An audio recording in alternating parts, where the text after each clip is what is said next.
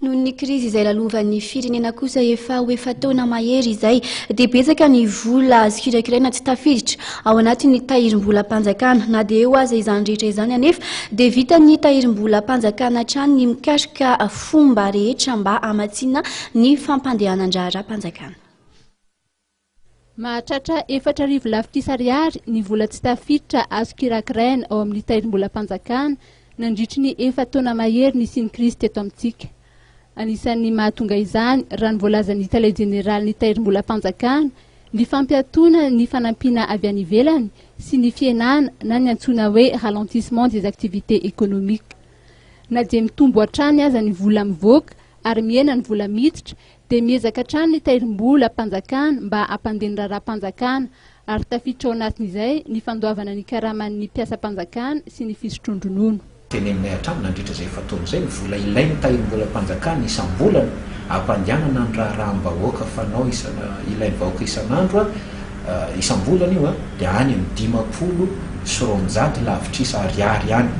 Ny vola miditra nefany dia any amin'ny 20 lavitrisa ariary isam-bolana any. Inona no nataontsika hatramin'izao tsika dia mbola tsy nanao an'izany atao hoe planche à billets na hoe avance statutaire ny banque centrale. Antony le izy ny voalohany aloha dia efa nataontsika zany tamin'ny fitantanana andreo krizy tany aloha ary fantatritsika tsara ny vokatra zany raha ny tany amin'ny taona 20 fotsiny zao dia efa nisy zany nataontsika zany planche à billets zany ary nampitombo tafakatra 5.30 isan-jato tanjana vola tamin'izany fotoana zany raha hoan'ny vola ny ndamin'ny matakana teo tsena anatiny fotsiny tamin'izany fotoana zany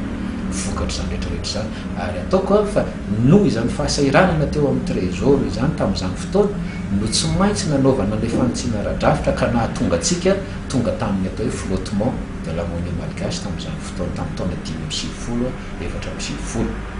ny momba ny fitrosana eo amin'ny banque centrale dia efa nataontsika zany tamin'ny krizy ny 1.70 telo 1.70 tamin'izany fotoana zany tsy miasa aloha mihitsy ny tahirim-bolam-panjakana ohatra fa rehefa misy tsy fahampiana andoavana ny karama andoavana ny trosa isan-karazany sy vola ilain'ny fanjakana dia mihitra natao amin'ny banque centrale fotsiny dia vita. Ny vokany tafiakatra 920 isan-jato ny tahany bon de Tresor tamin'izany fotoana zany zany hoe teraka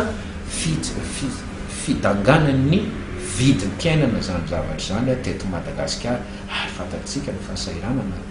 nisy tamin'izany fotoana zany hatramintsika miteny zao dia mbola mijanona vola tokony ho averin'ny fanjakana malagasy ny tahirim-bolam-panjakana amin'ny banque centrale ny vola trosaina tamin'izany fotoana zany.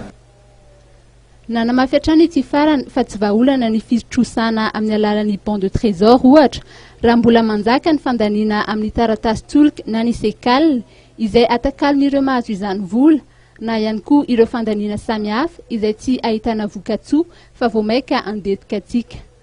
Nambarany fa rehefa anarina firenena sy ny toe-karena isika vao tokony hieritreritra ny mahakasika an'izany izany hoe rehefa hamatsy fandaniana amin'ny petrakarena mamokatra.